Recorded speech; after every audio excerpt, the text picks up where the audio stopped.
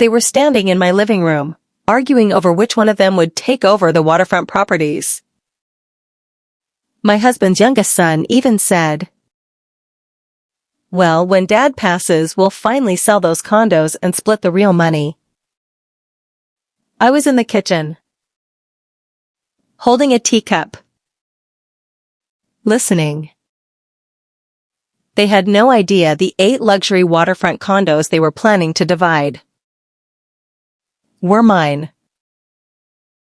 And I hadn't told them for a reason. I remarried at 63.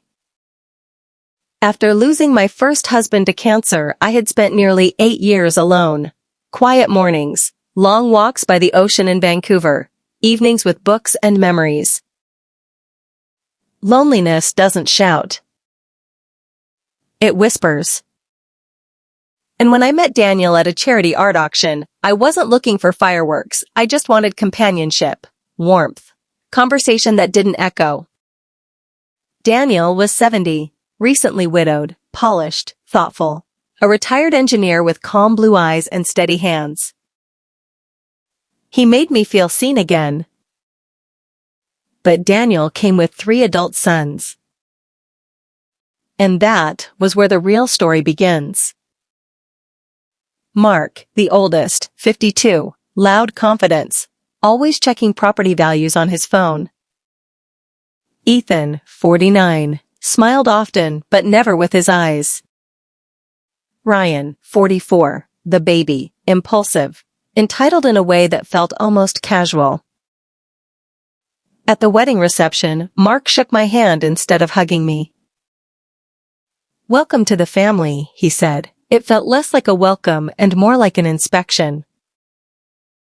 Ethan asked casually, "So what did you do before retirement?" I told him I had been in property investment. He nodded slowly.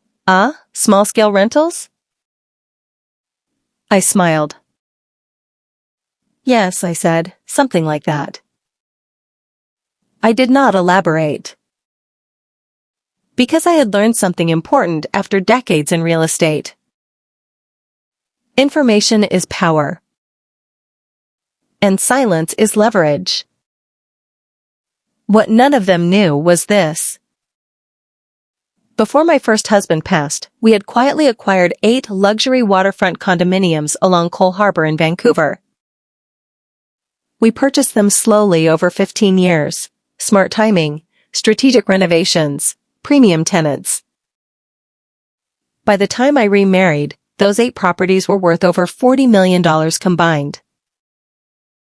They were in a private holding company. Sole owner. Me. Daniel knew I was comfortable financially. But I had never disclosed exact numbers. And I certainly never mentioned the condos. Not because I didn't trust him, but because I understood human nature. The first month of marriage was peaceful. Then, small things started happening. Mark would drop by unannounced. Ethan began discussing estate planning in front of me. Ryan once joked during dinner, "Well, Dad, now that you're married, we should lock down the inheritance structure. You know, before anything changes." Before anything changes. I felt the meaning land like cold rain on my shoulders. They weren't worried about their father. They were worried about dilution. About me. One afternoon, I walked into the study and overheard Mark speaking to Daniel. "You need to protect what's ours, Dad. No offense to her, but we don't really know her." No offense to her. I stood there in the hallway, fingers tightening around the doorframe. I had spent 40 years building stability. And suddenly, I was an outsider. A risk. A threat. It wasn't dramatic. It was worse. It was subtle. They would discuss family investments without including me. When I offered suggestions, Mark would say, "That's interesting, but we're handling it." Ryan once patted my shoulder and said, "Don't stress about the complicated stuff." I felt something burn under my ribs. Not anger. Not yet. But something sharp. The assumption that I was just a pleasant older woman who had married into comfort. They had no idea I had built more wealth than their father ever had. 3 months after the wedding, I came home early from a gallery event. Voices drifted from the dining room. The sons were there. Daniel looked uncomfortable. Mark was mid-sentence. "When the time comes, we'll sell the waterfront condos and divide them equally. That's the biggest asset." I froze. Waterfront condos? They were talking about properties Daniel owned before the marriage. A few inherited apartments. Not mine. But then Ryan said something that made my heart slow to a dangerous calm. "And once she moves out, it'll be simpler." She moves out. I felt my pulse in my ears. They were already planning a future where I was temporary. Disposable. A placeholder. That night, I didn't cry. I lay awake beside Daniel, staring at the ceiling. And for the first time, I realized they weren't protecting their father. They were protecting their expectations. And they saw me as an obstacle. Revenge doesn't always begin with rage. Sometimes it begins with clarity. I didn't want to hurt Daniel. But I would not be diminished. So I scheduled a meeting with my attorney. I adjusted my estate plan. I ensured that every single one of my properties remained legally insulated. Then I did something else. I invited the sons to dinner. I cooked everything myself. Candlelight. Wine. Daniel was relaxed, unaware of the quiet storm beneath my smile. Halfway through dessert, I cleared my throat. "I've been thinking about estate transparency," I said softly. Mark leaned forward immediately. "Good idea." I folded my napkin neatly. "I believe clarity prevents misunderstanding." They nodded. I slid a thin folder across the table. Inside were official documents. Corporate filings. Property summaries. Valuations. Silence. Ethan flipped the first page. His eyebrows rose. Ryan's jaw tightened. Mark went pale.